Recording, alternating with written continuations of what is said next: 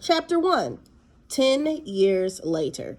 Flash, lightning zigzagged down from the sky. Crack! It struck a 100-year-old oak tree and split it in half.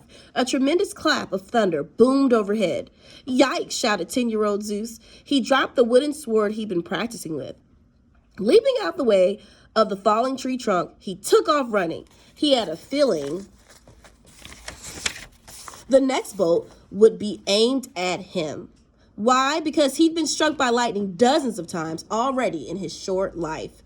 A wild wind whipped through his dark hair as he raced for safety. With his heart beating faster than a hummingbird's wings, Zeus dove through the entrance of the cave. A new lightning bolt struck the dirt just outside it, barely missing his foot. Flash, boom, the storm raged all around him as he cowered behind a boulder. This cave was his home, the only one he'd ever known, and as far back as he could remember, thunderstorms had been a daily event here in Crete. He was terrified of them. He wanted to be hit by lightning after all. Who wanted to be hit by lightning after all? It tossed you into the air and rattled your brain. He ought to know, but that wasn't the scariest part. Each time he'd been struck, he'd heard a voice murmuring to him, "You are the one." What could it mean? Another flash of lightning sliced through the clouds, followed by rumbling thunder. Rain lashed the ground. It flattened the grasses in front of the cave and turned the dirt to mud. But then, as suddenly as it had begun, the thunderstorm moved off. Clouds lifted, the sun came out, and the earth began to dry again. Feeling braver now, Zeus stuck his thumbs in his ears and wiggled his fingers. Nya, nya, he missed me. Nah, nah. I never knew that was how you said it. Or spelled it. Nah, nah, you missed me. He taunted towards the sound of distant thunder. Nearby, he heard the clanking sound of a bell, followed by a bleat meh. A goat trotted into view. Amalthea. He threw his arms around the goat's neck, glad to see her unharmed. Moments later, a nymph slipped free of a slender willow tree and scampered over to milk the goat. When she finished, she wordlessly handed Zeus a rich, creamy cup of milk. He drank it down in a single gulp, then nodded to her in thanks. Stomp, stomp, stomp, the ground beneath them began to shake. It sounded like a whole army was headed their way. The nymph's eyes went wide.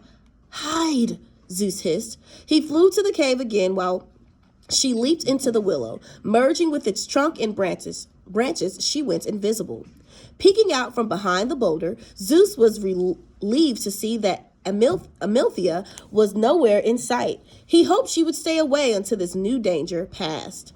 Before long, 3 men marched into the clearing, half giants by the look of them. They were so tall that their heads were even with the top of the nymph's willow. Yet they weren't as tall as a true Titan giant. True giants stood as tall as oaks.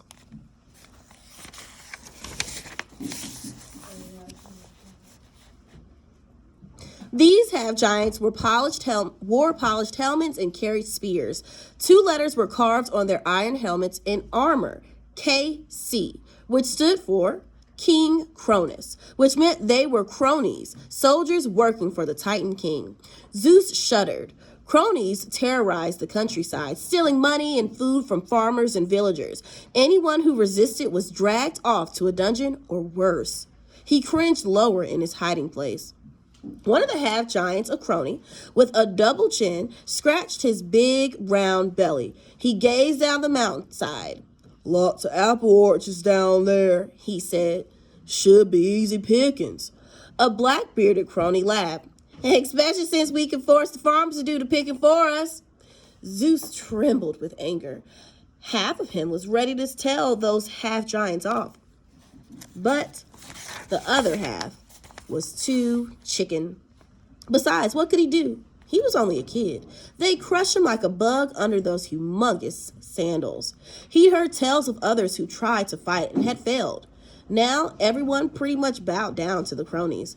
It'd be getting stomped.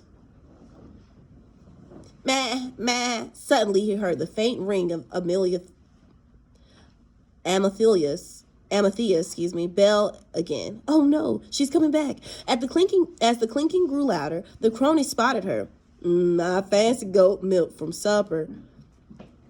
I fancy goat milk for supper, the double-chinned one said. He drew back his spear. Zeus opened his mouth to yell, "Stop!"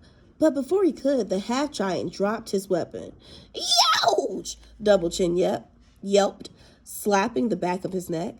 Meanwhile, Amethylia trotted downhill again, out of reach. The other two cronies frowned at him. "What's with you?" Blackbeard asked. "I got stung by a bee," Double-chin grumped. Zeus grinned as he watched the bee buzz around the half-giant's head and then fly off. It was Melissa. Ever since he'd mysteriously arrived at the cave as an orphan baby 10 years ago, she had kept watch over him along with the nymph and Amethia. He was glad for their companionship. Still, he did often wonder who his parents were and why they'd abandoned him.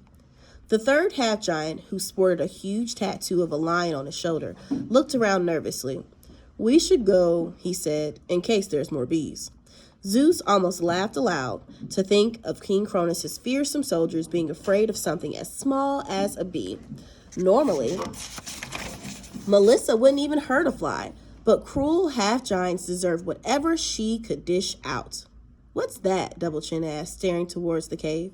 Zeus shivered.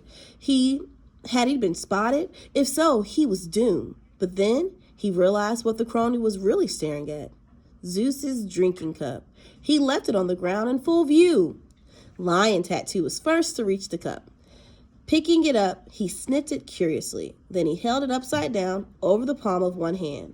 "Fresh milk." He grunted as a few white drops trickled out. "Someone's here." All three cronies looked towards the entrance to the cave. Ducking his head, Zeus tucked himself small. If only he could merge into the boulder like the nymph had merged with the tree. Footsteps pounded closer. Hot breath. Suddenly Zeus was plucked from his hiding place like a weed from a garden. His legs dangled helplessly in the air and his arms spun. Holding him by two fat fingers, Double-chin stared at him, eye to eye, licking his chops. Zeus squeezed his eyes shut as if doing so might make the half-giants disappear. It didn't work, and it didn't drown out the terrible sound of Double-chin's next words either. "Fee, fi, fo, fun, I smell boy gonna eat me one."